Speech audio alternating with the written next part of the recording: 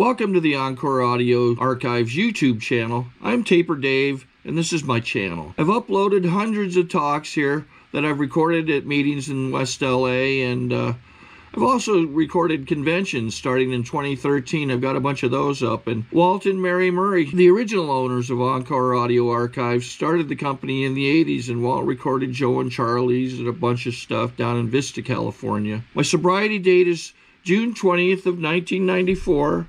I hope you find something you like, so please like and subscribe to my channel and comment down below. If you want to hear something that I don't have or that you don't see, I'll see that I get it. Anyways, take care and have a great day if you want to. Is it going to make that noise the whole time? Yeah. Okay, good. I can't get away from certain things lately in my sobriety. Like, I'm living in this apartment, and there's a wall, and there's a girl on the other side of this wall, and forgive me if you're a television junkie, but because of my early childhood, I cannot stand television. Because I just laid in front of the television. When I was always loaded, but then it was television and loaded, and passing out in Haagen-Dazs and all that kind of stuff. So when I got sober, I had to quit watching television too, because I'd get so depressed when the commercials came on. Because I would remember, and I'd be able to think, and that wasn't good. So in sobriety, I do movies, feature films. If you're new and you're having trouble staying sober, I do M&M, meetings and movies, to help with the psyche. And I say it like in jest, but at the same time, it really helped me a lot. This is really annoying. But I want to tell you why. I'll finish where I started. Oh, thanks. That's cool. Yay, Dave.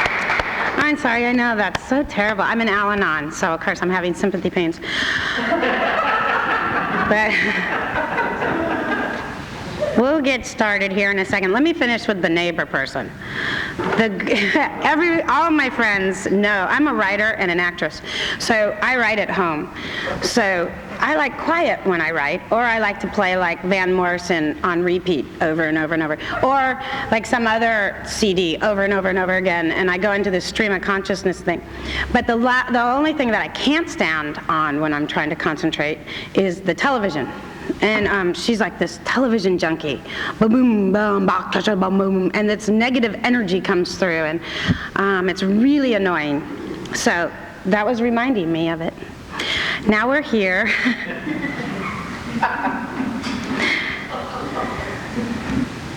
And we're happy, joyous, and free. And if your life isn't happy, joyous, and free, I highly suggest that you get a sponsor. You start working the 12 steps of Alcoholics Anonymous. You learn to listen to learn. Easy does it. First things first. I can't, you can't, we can. One day at a time. Take the cotton out of your ears, put it in your mouth. You know what you know, you don't know what I know. Usually I'm supposed to say, I know what I know, but I don't know what Dawn knows. Because Dawn has more time than me, right? But I got to say it the other way tonight. And I'm very grateful for that. Because the other thing is if you're new, please sit up in the front of the room. And if you're having trouble following me, mimic my lips. If you're starting to fall asleep during meetings, please just enunciate after what I say. I talk very fast, so you'll have something to do. And I had lunch with a Frenchman today who spoke English fairly well, but he spoke so fast. It was the most exhausting lunch. I hardly ate anything, and I've been on this diet, and it hasn't been working, but I think as of late, I keep having these situations, and I don't ever get to finish anything. Well, that's another whole story, but anyway. Into sobriety, here we go. What it was like, what happened, and what it's like now. What it was like is my mother got pregnant, and I was in her womb, and we were having martinis together. And I came out of her womb, and my joke is that where most people's first words were mama or dada, mine was sip, sip. I was a bit of a troublesome child. I was standing at a very early age, like 6 months, and walking like at 7, 8 months, and this annoyed my mother because I wouldn't nap either. I always had early motor function. I had early motor functions for all that stuff in sports, and I was always, I think I just came out and knew I was going to have a really wretched beginning on this planet, so I wanted to get it over as fast as possible. So let's just get into it, okay? And which led to burying beer cans at 4 years old, and how my father, the one time I ever saw him working in the garage, his back was to me and he said, "Honey, will you get me a beer?" And I said, "Yes, Daddy." And I went to the refrigerator, opened it up, took out a Budweiser. It was the old pop top that you rip back, and I said, "Could I have a sip?" And he said, "Yeah," because I was always sipping, I knew how to make my mom's martini by then, dry vermouth. And so I took the beer and I guzzled the whole thing, and I knew there was something wrong with that behavior. So I went to the cabinet where the trash was, and I buried it under all these papers, and I snuck back to the refrigerator, got another beer out, opened that one up, and took a sip off that one because I was afraid he'd noticed I hadn't taken a sip. I was 4 years old. Some of you have children. I always was curious about how I was like that so early. The way I came up to believe I was Errol Flynn in a past life, and that because I loved to golf and I drank like him, and I used to always jump off buildings. And I didn't love women, I loved guys, but I loved guys. So I had everything going for me, and I just thought he'd be the best of both worlds, because I loved to fight too. But then one day, I was talking to this woman about that, and I said, "I just don't understand how I would think to bury the beer can at 4 years old." And she said to me, she said, "Well, honey," she said, "I'm sure you probably saw someone else doing that." And my mom, I don't know if she was burying them then, but she is still slipping, trying to, well, I don't know if she's trying. Everybody else is trying to get her sober, my dad and my brothers and sisters. And I finally just surrendered and said, "I love you," and I try to stay in my adult when I'm around her. I try to stay in my sober adult when I'm around her. Sometimes that's difficult if you're working with family, or I don't mean like a job, but I just mean like you love them and you want to see them get better. But and I'll tell you where I'm at right now is I have a sister who has 41 days, and God's given me the power and the grace to get up every morning and meet her at a morning meeting and sit there, and I've been really practicing what I teach the girls I sponsor, and learn to listen, listen to learn. Just keep my mouth shut, because it doesn't matter. I'm the bad guy. No matter what comes out of my mouth, all of a sudden she's reaming me. You know how we are when we're new. We're a lot of fun. And so I was just like, And it really keeps it green for me, and I've really gotten to work on myself just in these last 41 days. And in last May, I really got to work on myself, taking my mother to meetings 3 times a day. And then she's since slipped. So not to be bleak, the good news is like Carol was saying, I'm here, and I have other siblings that are trying and fledging in this program. This is a program I found out that it's for people who want it, not people who need it. If you're here, I highly suggest that you hold onto your seat. And I skip around a lot. So I'm just going to be me. I'm not sure what's going on with me tonight, but I'm going to be me. I just had a lot of gratitude lately. I have a full life. I'll get back to, I'll try to do the beginning thing. I've never been good at this, but I always wind up coming full circle and tying up all the strings, so if you get annoyed, that's okay. I had my first alcoholic blackout when I was 8 years old. It was a dinner party, Thanksgiving dinner party. I spit up red wine all over the man across the table from me. He was wearing a white Armani suit, and everybody laughed. Long, formal dinner table, everybody laughed. And so that was my family. It's I think of them as show business mafia people, because we were never allowed to tell anybody anything, anytime, anywhere. It was a very painful childhood, and it was a very fun childhood. Either we were just cracking up and laughing, and everybody's a comedian, or everybody's yelling and screaming, and it was a cross between It was sort of like the Brady Bunch, upper middle class. It was an upper middle class Brady Bunch family, because 3 boys, 3 girls, mom and dad. But they were on, it's like we took acid or something. You know, it was like Brady Bunch on acid. Do you know how crazy they are? And we weren't that sweet, but we were really nice to everybody. But it was a little scary. Anyway, when I was 8 years old and I had that first blackout, the next morning it seemed like I was the only adult in the room, and I was sitting in the entry hall, and my mother's on one side, my father's on the other side, and I'm crying, and I'd been throwing up everywhere, and I knew I had this feeling in my stomach that was not okay, that behavior was not okay. And the next thing I heard out of my mother's and father's voices, like, "Oh, it's okay, honey, it's okay, it's all right." And I said, "No, it's not all right, it's not okay." And I said, "I promise I'll never do that kind of behavior again." I was the 8-year-old person. So, but back then, it was kind of normal for kids to be drinking. I don't think they were supposed to be drinking that much, but they were drinking. And I swore I'd never drink again, and then I didn't drink alcohol till I was 11 again. But I did drink Formula 44, a lot of it. And if for you in the 70s, you might remember it. And there's 2 things after I quit drinking when I was 8 that my mother used to yell through this big old 4-story farmhouse was, where's the Formula 44? And who ate all the ice cream? Because when my Formula 44 was gone, I had to get my sugar thing. And or she would say, who left 1 teaspoon of ice cream in the thing? You know, it was always because of etiquette, you know. I was raised well. You're always supposed to leave something on your plate. So leave something in the ice cream bowl and everything. So she knew it was me, though. And when I was 11, I started, I got a best friend in 6th grade. And I just thought this girl was just the greatest girl, and we started palling around, and I was the instigator of everything. My parents kept saying, "You can't hang out with that kid, she's trouble." And I said, and one thing I always had for me, even drinking and drugging, was honesty. I said, "But I'm the one who thinks up all these great plans," you know. And they'd just go, "No, no, no, no." Parents are so funny. I just hope I don't adopt that, because I really want to hear what my kid's doing. So if you're having trouble hearing what your kid's doing, please try to listen to them. Because it wasn't a reflection on them. They were good parents, you know, we had a good life. They had their problems and everything, sure, but they didn't make me into a person that was manipulative and cunning and powerful, and, you know, it was disease of alcoholism, and I want what I want when I want it.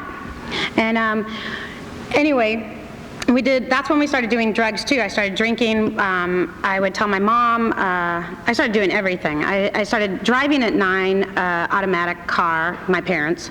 I would take it when my mom was meditating. And then I was 11, I started driving a automatic and a stick shift, and doing lots of drugs, drinking a lot. But it was Tuesdays and Thursday nights. And I remember it was subtle at first.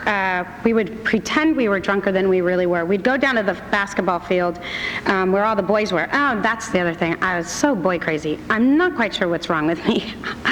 I was so boy crazy. And if you're a girl and you're alcoholic and you drink like I do, that's not really a good thing. But it is what it is. It's just like, I'm almost telling you what it was like. Let me get to, you got the idea, right? I'm an alcoholic, drug addict, and I started at the gate, and I was listening to Carol speak, and Carol, thank you so much for speaking, and congratulations to the CHIP people. That's so amazing. Carol really said the whole thing tonight, and you said it so beautifully. I'm not sure where you are. Oh, there you are. And something that you said really just struck me. But it's gone. So I'm gonna go back to what happened to me. The end of my drinking, I had a lot of horrific things happen behind drinking alcohol and drugs. And I'll tell you something, in sobriety for a long time I was afraid that they were gonna happen, those kind of things were gonna happen to me again. And then one day a person pointed out to me, "Why are you so afraid?" And I said, "Because it's gonna happen to me again, it's gonna happen to me again." And they said, "Well, but you're not drinking and drugging now. You don't ever have to go to those places again." Because here I was, this girl from this upper middle class family. I was taught very well. I knew what I was supposed to do. I knew bad neighborhoods. I knew all that kind of stuff. And I really don't think it matters what neighborhood we come from. I think innately our parents always teach us about right and wrong and who to hang out and who not to. But I was so terrified in sobriety for a long time until this lady really helped me to hear that if I don't pick up a drink or a drug, I never have to go to those places again. Never have to. And if I work these 12 steps and follow these 12 traditions, I never have to humiliate myself again. I never have to be a liar, a cheater, a thief in many ways. I was honest, usually because it was going to benefit me, you know, because I learned very early on that how can somebody get mad at you if you tell them the truth? So that was sort of tricky. And but these 12 steps can, if you're new in here, and I know we have some new people tonight, they can change your life. And what happened to me at the end of my drinking and drugging is that the last year I was in so much pain and suffering inside, and a theme through my entire life was wanting to kill myself. I always wanted to kill myself. I tried to kill myself on a teeter-totter, but it was a big teeter-totter, and I tried to break my neck, which wasn't very bright, and for being such a genius, you know. I think we're the smartest, dumbest people I've ever met. And I flew off the teeter-totter and I hurt my shoulder, and all I was really bruised and hurt for a while, and so that didn't work. But I remember, I don't know why, I think because, I mean, there's so many theories, so I won't get into my own personal theories. This is all my opinions and stuff and things that I go through in my brain on a daily basis, and I've been locked in a room writing, so it's always harder to get my thoughts together, but they're coming,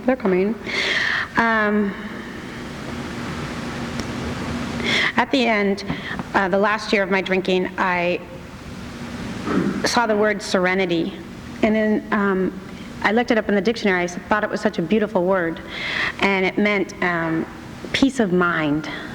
And so the last year of my drinking, people would say, "So what's going on with you, Jen? You know, what are you looking for? What's going on there? What are you doing?" I said, "Oh, I'm looking for serenity." And they're like, "Oh, okay, we'll see you later." I'm like, not sure we're going to find that.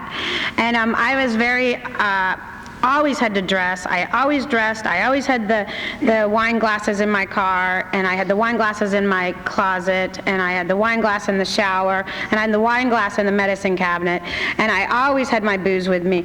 When I went to parties, like this is in high school, I couldn't buy that stuff people buy for 99 cents. I mean, I was a high school kid, didn't have a job, and I still had to buy at least Wente Brothers, that was $6 and $7.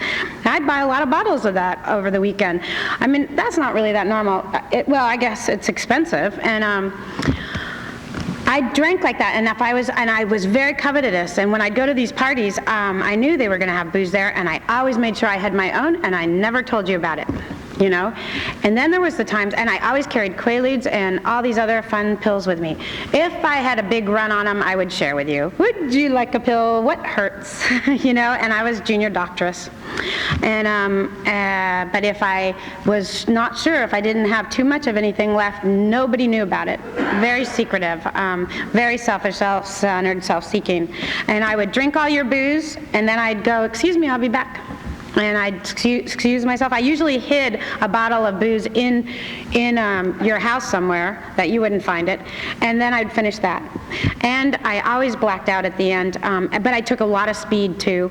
And the last few months of my drinking, it was summertime, and I was trying to figure out what was wrong with me. I always thought I was crazy, and people used to always say I was crazy, and a lot of that was because I have really high energy, and I am crazy, but I'm not crazy like crazy. You know, I have a lot of high energy, and a lot of times that's threatening to people because they're depressed and they are comfortable being depressed. And so somebody comes in who's full of love and light and just excited for life, and people get upset about that. That's something I've learned in sobriety, because I used to try to be like a lot of people, depressed, and you know, I tried it. It's really not fun. I don't know why they do this. This is terrible. Because what I was taught is, I just came on the planet like this, is that I have a choice today. Do I want to be happy or do I want to be miserable? A lot of bad stuff has happened to me in sobriety and before sobriety. So much so that at 30 years old, I went to a psychiatrist, and I told him about 15 minutes into my story, and he said, he stops me and he says, "Well, Jennifer, I got to tell you," he was from the Middle East. "Well, Jennifer, I got to tell you, in your your short life, you have experienced more stuff than most people do in 4 or 5 lifetimes. And I said, well, wait, I'm only 15 minutes into the story, you know? And he goes, he didn't know what to do with me. There was so much abuse as a child and so much different stuff. And it wasn't directly from my family. It's just I got attacked in the school systems and all this stuff. And which makes me think there's a bigger picture. I mention that because what happened to me as a woman, when you come into these rooms and and a man too, lots of stuff happened to men. I put the drink and the drug down, and the next thing I knew is all of a sudden all this stuff's coming up, and my emotions and hormones and everything's going wild, and I don't know what's going on, and I'm a crazy person, lunatic, and I start acting out in sobriety.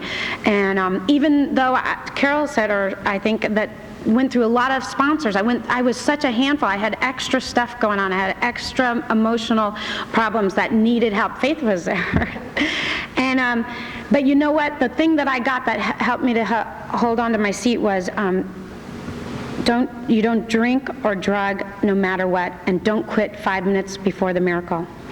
You know, you guys said that all the time from the podium here. You read the chapter 3, the first meeting I went to, and my older brother, who brought me here, he kept hitting me, like, because I had tried all those things, and every single thing I took, taking a trip, not taking a trip, you know, wine, beer, vodka, you know, I tried every single thing, and I was just a kid when I got here.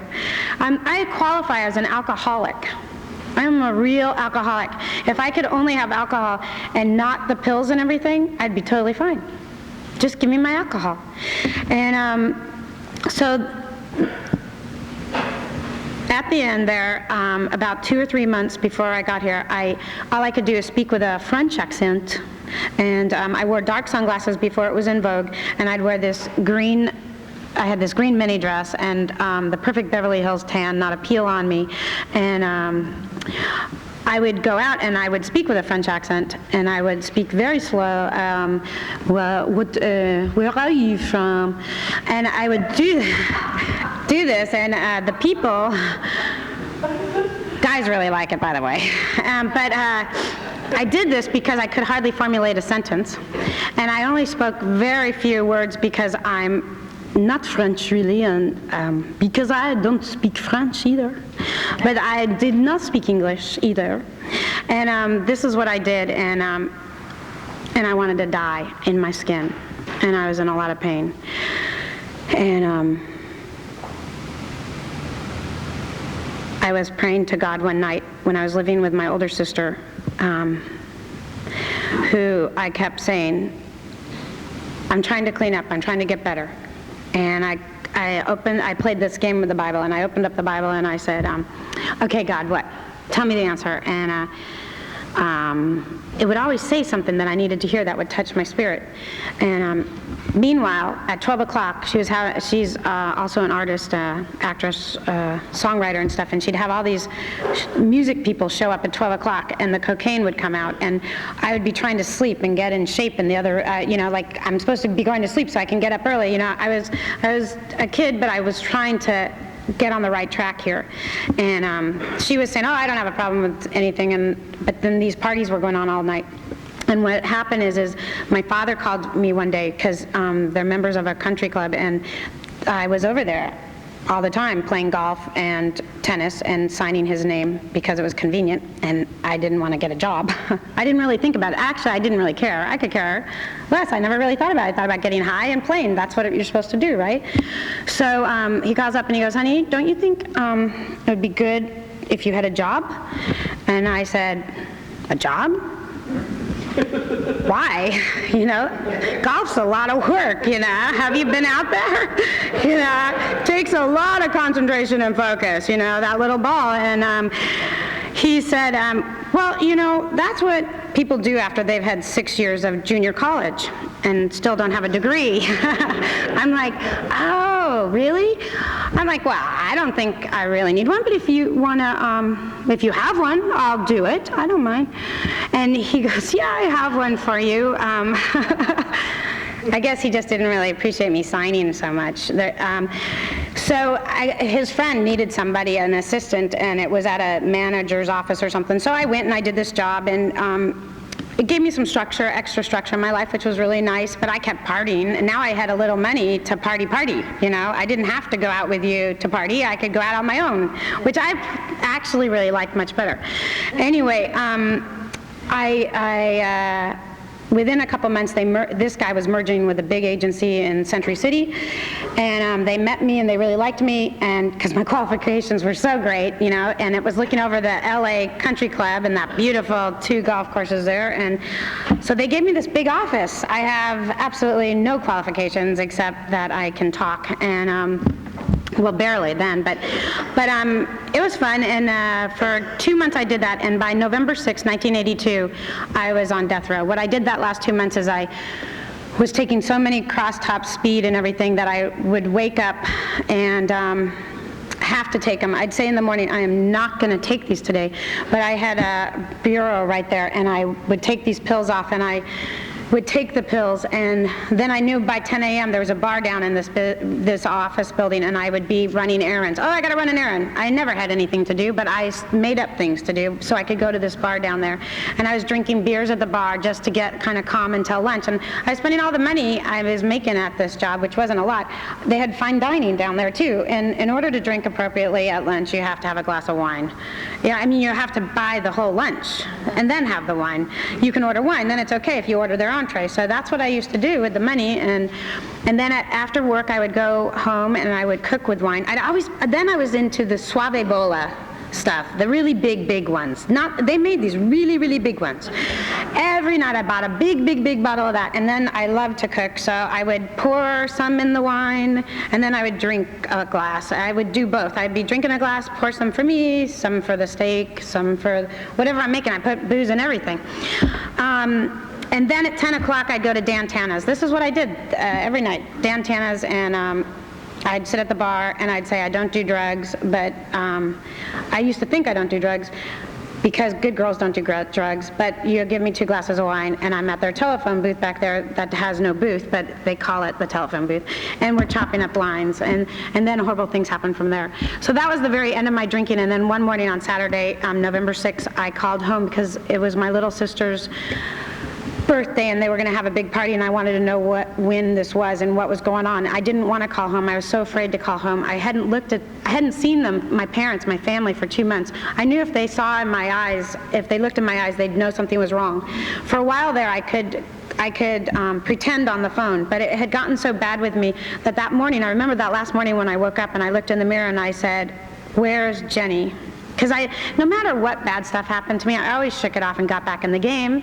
You know, I love sports. It's a challenge to me, and I always could do it with a smile. But this particular morning, I just said, "Where's Jenny? What have you done with her?" I'm yelling this in the mirror, and I'm taking the pills because I can't not take the pills. And I find it, for some reason, I called home, and my older brother, who I had heard was in something called A&A and was having some kind of rehabilitation thing, I had no idea what it was, answered the phone, and I was shocked. I thought he was away somewhere. I didn't know, and he asked me to come over and pick him up and go to lunch. And I said, okay, and I didn't say okay right away because I had all these important things to do. You know, when we're out there, it's like we have so many important things to do and nothing gets done. So it was one of those mornings, and so I said, well, I'm very busy. I can only come for a little bit. And at 10:30 in the morning, he goes, well, I said, when do you want me to be there? And he said, 10:30. I said, 10:30? That's not lunch, and even I know that. And he said, well, get here as soon as possible. And the reason I took one look at him, I was driving over the canyon, and Laurel Canyon into the valley, and I wanted to drive off the canyon.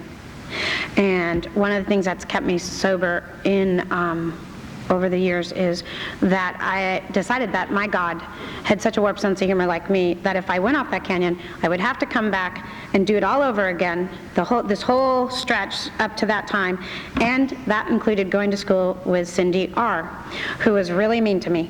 And the thought of going to school with her again, and she'd probably be extra mean on the second round, so that was just too much for me to think of, and I said, I'm just going to play this hand out. And I made it over the canyon, and I saw my brother, and he was the brother I always wanted. And you've seen it a million times when people come in here and they get that transformation. And he was just a big light bulb. And I had these dark glasses on that I wore every night, and that was before it was in vogue. I wore these glasses every single night, and tears are just coming down my face, and I don't know why, just the sight of him. It was like an angel, and he had this beautiful tone, and he said, we just got in the car. I didn't even have to see my parents, which I was really grateful about. And they lived up in a secluded house thing, so I was really nervous about that. And we went down, we're going down this long driveway they had, and he says to me, he says, I hear you're having a problem with alcohol and men. He doesn't say alcohol and drugs. That would have been cool. Alcohol and men coming from your older brother who can do no wrong no matter how bad he is not a good thing to have him say that to you, alcohol and men. So I immediately went like the lizard lady on him and said, who said that? And he said, well, this guy's name, and I said, oh, he's, and I never cursed around my brothers because they hit if you curse, but I said, I started to say the F word, and this clamp came out of nowhere. It wasn't visible on my jaw. And I'm going, and this voice, which wasn't mine, said, guess what? God, he curses. He said, shut the fuck up, Jennifer, and listen to the truth. For the first time in your life, listen to the truth. It was like in stereophonic. And he cursed. And it made me kind of quiet down. And my brother didn't miss a beat. He kept saying what he had heard. And I had this ability when stuff happened to me when I was out there to think, I could laugh about it the next day because I always put Susie there. I didn't know a Susie, but it was better that all this stuff happened to Susie when I heard it the next day than it would have happened to me. And that's how I survived without, going over the edge of hearing these things. And that's how I laughed at stuff and kept a good sense of humor in my life. But this time, there was no mistake. It wasn't Susie we were talking about. It was me and my behavior and stuff happening to me. And it was frightening. It was so frightening. And painful, and he just kept in this gentle way talking. And then we ended up at the diner, and he said he said, I can't help you, Jen. He goes, I could take your problems for you. But then I said, you can? And we're all actors in my family. So I said, oh, okay, because I knew I had problems. I just didn't think they were alcohol. And I picked up the problems and I put them across the dining table and I went here. And I really felt like I must have picked up a billion weights, and I could feel, wow, that feels really good. And then he said, now you got to come with me. And I said, where? And he said, down the street here. It was Radford Hall on off Ventura Boulevard across from CBS Radford. And I said, oh, no.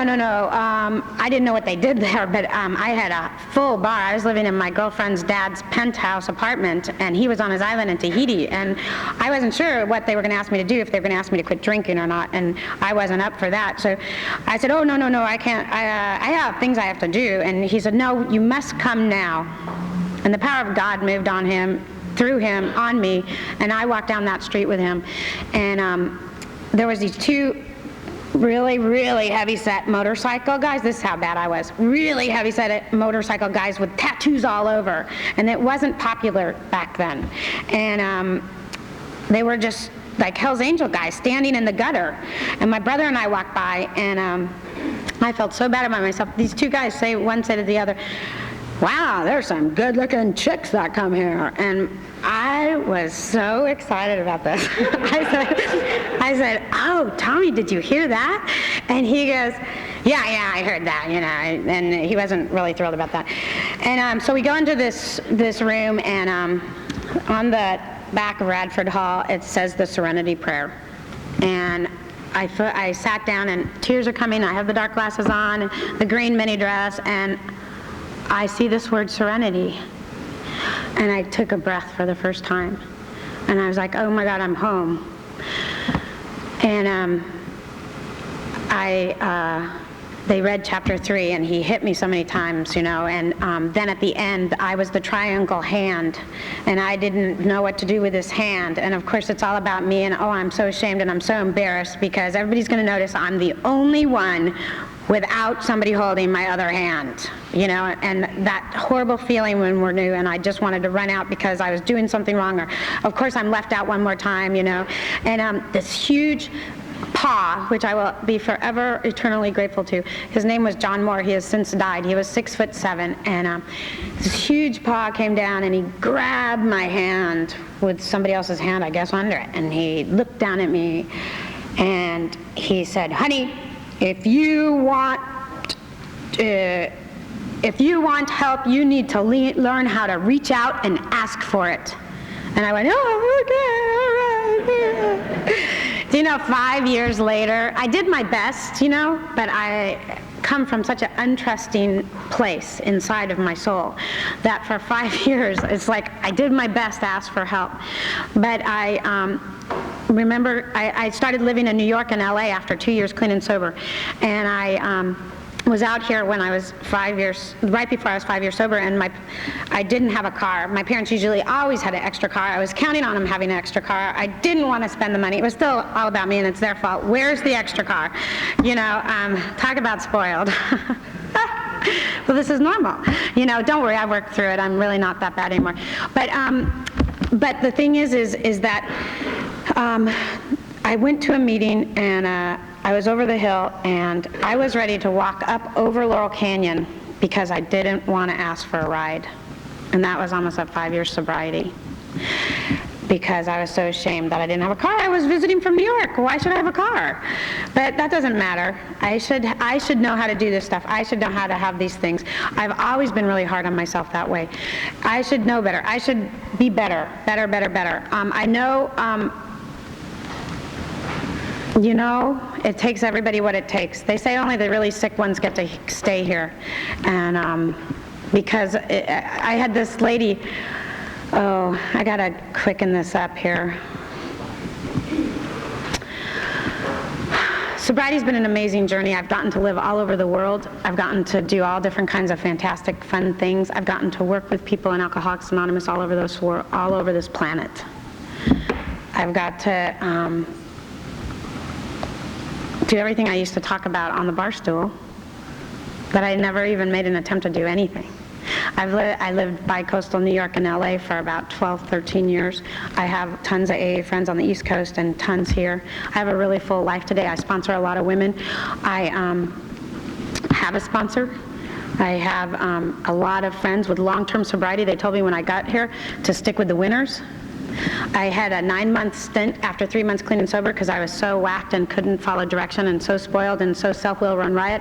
Call it spoiled or just call it I didn't have parents around to give me direction because they were busy doing what they needed to do in order to live their journey while they're on this planet. I got sent to the Pacific group by this Whitney B. And that was a dirty trick on her part, but you know what? I owe my life to her. I spent 9 months there. They taught me how to get to meetings early, how to leave late, how to put my hand out, how to say, "Hi, I'm Jennifer, what's your name?" It wasn't that important that I like all of you people, but it was really important that I learned to respect Alcoholics Anonymous and that I show up and I honor my commitments and I show up no matter what, you know? They gave me that incredible foundation. Get to meetings early. In New York, where I did all that, they made me get to meetings an hour early. You know, at an 8 a.m. meeting, when I send my girls to different meetings that I sponsor women, I say, well, 10 minutes at 8 a.m. You know, get there 10 minutes early, because nobody else is there any earlier than that, because I went to look and nobody was there. So I remember when I moved to New York and I thought, where is everybody? I was sitting on street corners and really, like, I didn't know the neighborhoods yet, and I'm sitting there all by myself an hour early. The coffee maker's not even there. I'm like going, where is everybody? You guys aren't doing this right. You know, we're supposed to be here an hour early and socialize. I don't really want to talk to you. I don't want to know your name. I don't want to know anything about you, but because they told me I had to do this, I'm doing it.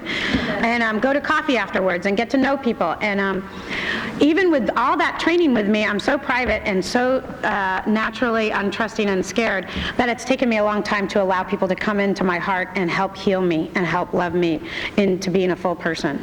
The last 2 years have been tremendously difficult for me, and I'm starting to come out the other side.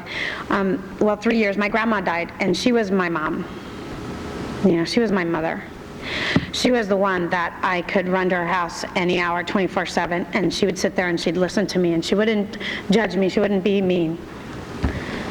She'd let me have my feelings. She was my Al-Anon person who just loved me no matter what. And I think I'm feeling a lot of that because yesterday was the anniversary of her death, and you know, people from Alcoholics Anonymous, I didn't even realize this, but my God is such a loving God. I really encourage you to find a God of your own understanding, that you can know, like I know my God, which I don't have time to talk about. I'm really sorry about that. I was thrown tonight, but I hope something in here was saying you heard. I know I'm off right now. My grandmother was like, she was Alcoholics Anonymous for me. And since she died, I've had to learn to embrace you guys. I've had to learn how to do it outside of my own family. So in the last 3 years, I've gotten to grow up a lot. I've gotten to reach out, and I am so blessed today. I'm so grateful. And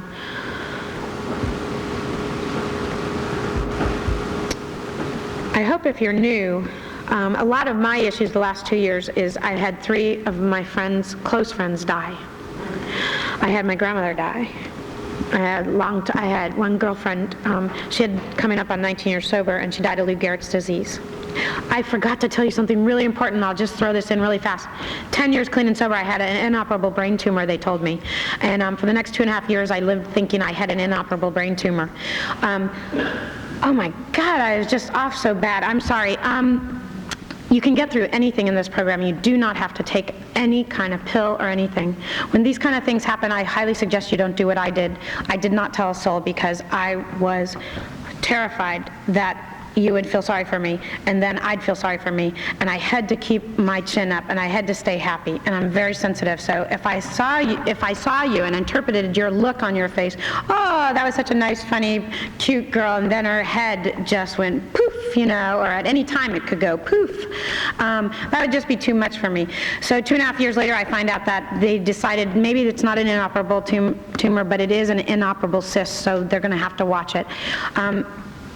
I told my mother after a year, my father after 2 years. I didn't tell you people in Alcoholics Anonymous. A huge mistake, huge mistake. And the other thing that I can pass on is that what they did find, it was a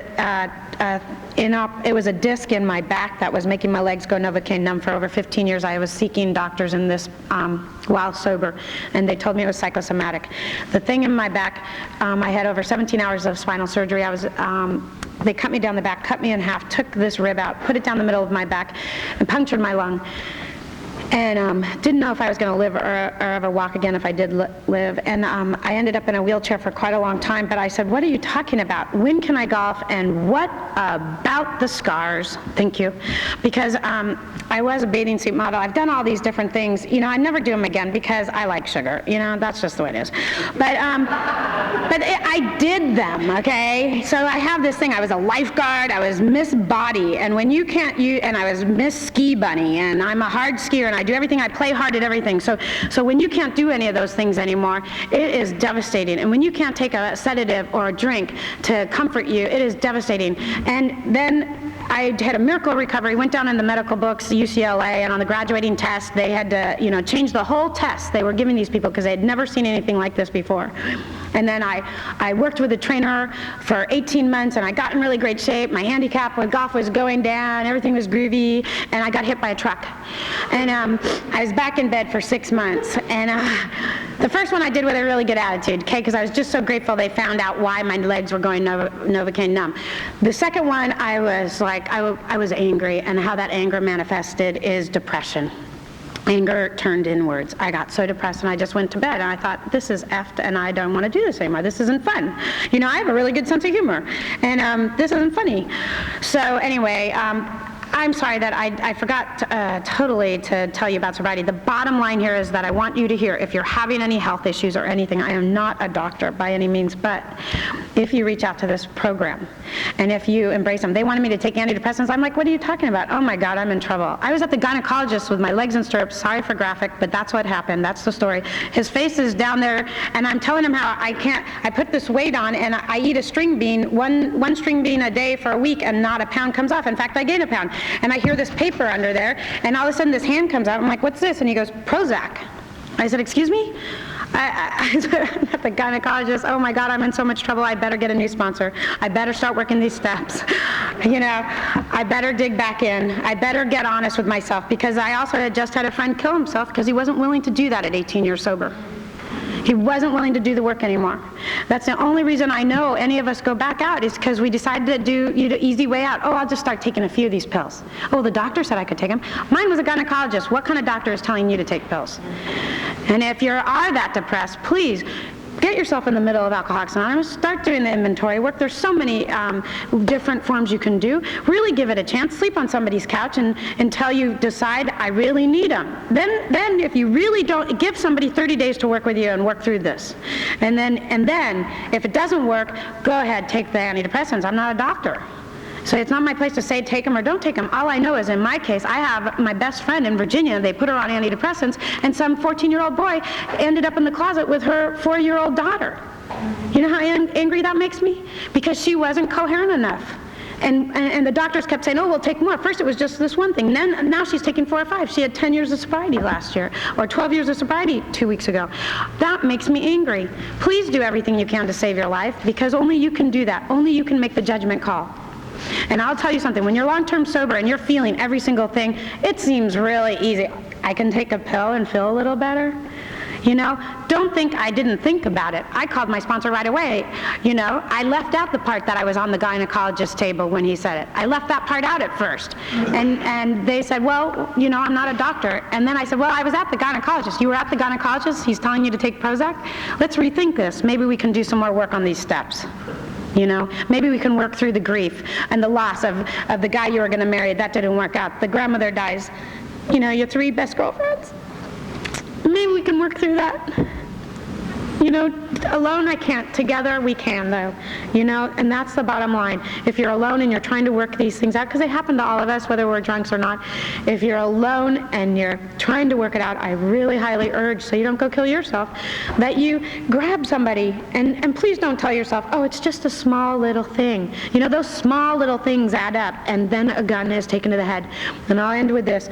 My little friend Bo, he was the most fortunate, gorgeous little young 20-year-old kid, trust fund baby, live on the beach in Malibu, just couldn't let us help him. And he went in his bathroom with his parents' home, and he took a gun and blew his brains out. That was 6 months ago. 2 months before that, my little friend Jack, 20 years old, he used to follow me around to whatever, you know, see me speak and stuff. Black fingernails, I don't see what they see in that, but he decided he could do it one more time. I'll do it one more time and I'll come back. And he shot heroin up that night, and it was the last time. He's dead. He's dead. It's dead. It's not always a revolving door, y'all. 20 years old, 2 of the sweetest boys, dead. This is a killer disease. And I'm so sorry for over talking and everything, but I'm really grateful that I was asked to speak tonight. Thank you, Don. And thank you, Casey. So, thanks very much.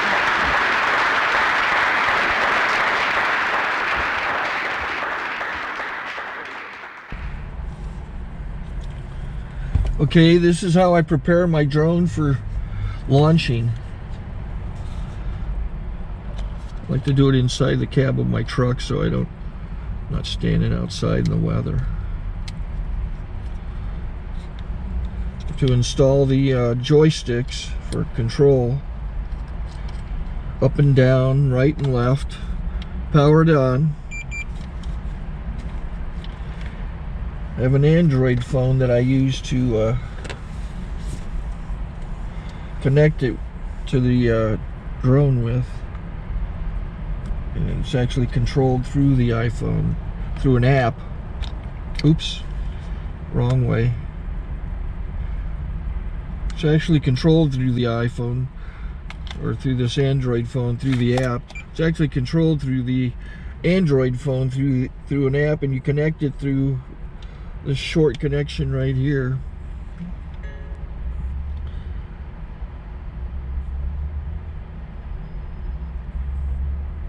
Remote control connected. Remote control is connected.